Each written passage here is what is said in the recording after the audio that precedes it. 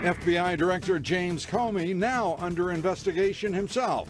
The Justice Department Inspector General investigating allegations of misconduct over how Comey handled Hillary Clinton's email scandal. Congressman Jim Jordan joins us tonight to weigh in on that and the effort to repeal Obamacare.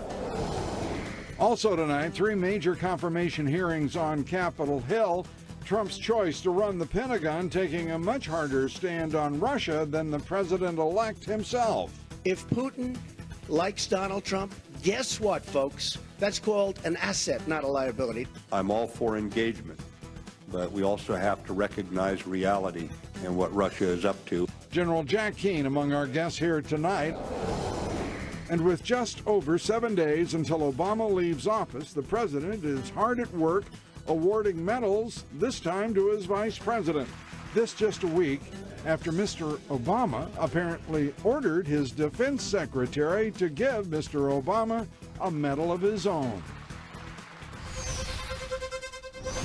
Good evening, everybody. A busy day on Capitol Hill. 3 confirmation hearings for Trump cabinet nominees. Retired General James Mattis, up for Secretary of Defense, broke from Trump on the issue of the Iranian nuclear deal. This is what the president-elect has said about that deal. My number 1 priority is to dismantle the disastrous deal with Iran. Thank you. Thank you. I have been in business a long time. I know deal making.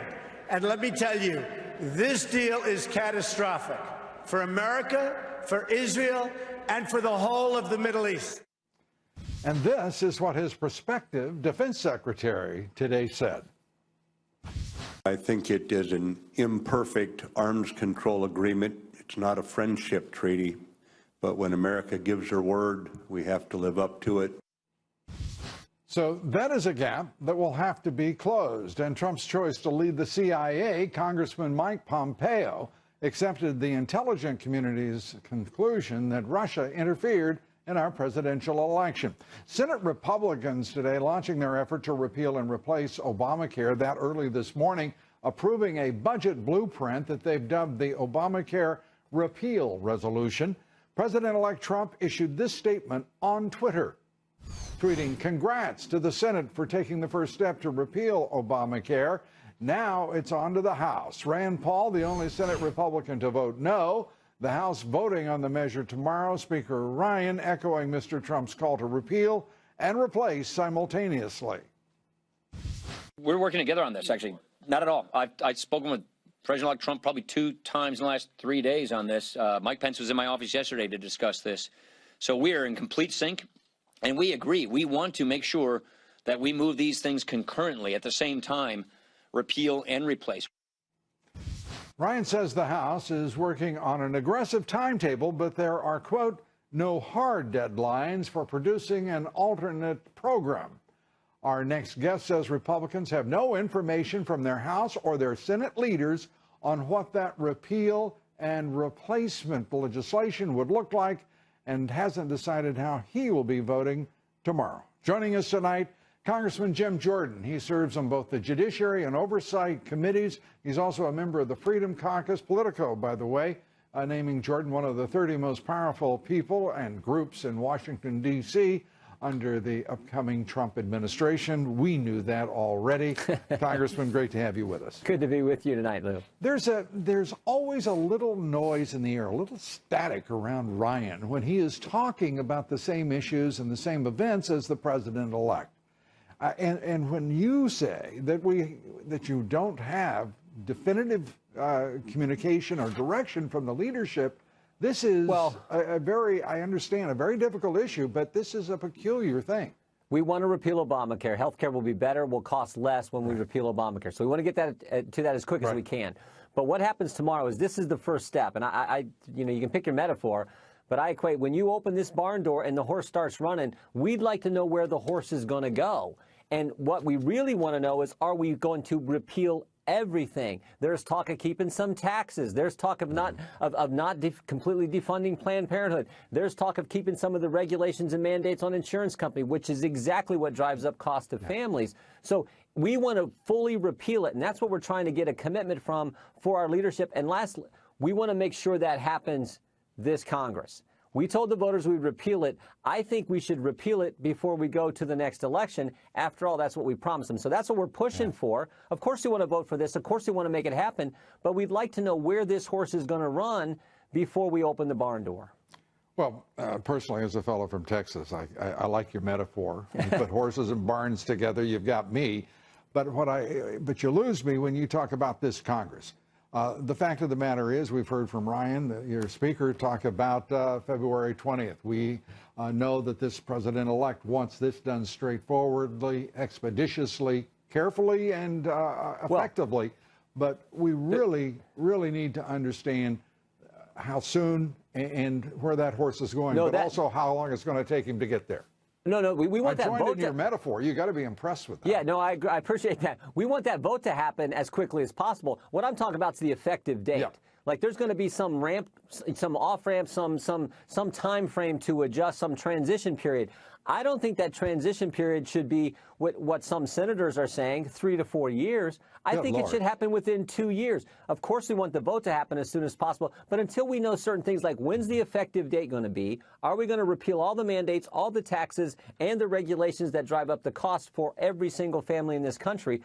Until we know all that, I think we'd like to get some kind of confirmation, some kind of answers to those critical questions before we open the barn door. Yeah, and I have to ask you, as one who watches you all relatively carefully through these moments and these processes and these votes, I don't know where the leadership has been for the past 2 years. The House in particular has voted more than 60 times to repeal Obamacare, and aside from individual congressmen holding their own legislation, their own bills in waiting, there's no replacement strategy. There is no, you can talk about a structure of values, but I mean, I think a lot of people who voted for Donald Trump for president, repeal, replace, get it on, and let's help the American people. Right. They're expecting this to happen quickly, not just a vote, but for a change in direction and impact. I agree completely. But the best replacement is full repeal, because then you start to bend the cost curve and bring down the cost of insurance. So that is the best. Now, there are other things we could add to that, like expanding medical savings accounts, allowing interstate shopping of insurance, making sure we're going to block grant Medicaid to states. I mean, those are important things but those are going to require 60 votes in the Senate. So there's going to be a little tougher. But repealing it all is the start of real replacement, because that's what's going to allow competition. That's what's going to empower people and not empower Washington, like the Affordable Care Act. At a minimum, we should be able to put on President Trump's desk what we were able to put on President Obama's desk in 2015. So when we did this reconciliation and finally got a repeal bill to the president's desk, if we don't have at least that, which fully repealed it, all the taxes and defunded Planned Parenthood, we were able to put that on Obama's desk. Certainly we can put that much on President Trump's desk as well. That's one of the things we're pushing for, to make sure that's the floor. Let's go better if we can. You know, it is only a guess on my part, but I would think that you all will have some assistance from Health and Human Services, from the prospective secretary, the nominee, Tom Price, who's been working on this alongside you and the rest of the Congress. But how are you going to vote then come tomorrow? Well, we're still talking. We're still talking with leadership. We're still talking with our colleagues. Look, I want to do everything we can to speed this up as quickly as possible. We just like a little more sense of where this is going to go. And our fundamental questions are: effective date should be within this Congress, within 2 years, and we should repeal everything. So those are the big things we're pushing for. So we'll see. We'll see as we have more discussions over the next 24 hours. Is it your sense the president-elect is going to have patience for all of this? I think the most important thing is we do it right. We want to do it as quickly as possible, but do it right. But key is the effective date. When are we actually done with Obamacare and a market is offering the kind of insurance that's affordable and going to be the kind of insurance that families, doctors, and individuals really want to have, so they get better health care? Well, it's quite a process. It's in the Republican Party, had nothing to do with its aborting and killing it, is going to be all on your backs. So that we can move forward. Let me ask you as we wrap up here. Today, the IG at the Department of Justice revealing that FBI Director James Comey is now under investigation for his conduct during the investigation of none other than the Democratic presidential nominee Hillary Clinton. Your thoughts? No, it's great. We're going to have an investigation of the investigation, and that is certainly warranted. I mean, we've talked about this before, Lou. Sure. Whenever you have the subject of the investigation's husband sitting down with the Attorney General 3 days before the subject of the investigation is interviewed by the FBI, that's a problem. That doesn't, you and I don't get that kind of treatment. Why did Bill Clinton and Hillary Clinton get that? When you have 5 people get immunity, 3 of the 5 who get immunity are subpoenaed and brought in front of Congress, and take the 5th, Cheryl Mills, her key staff person for 20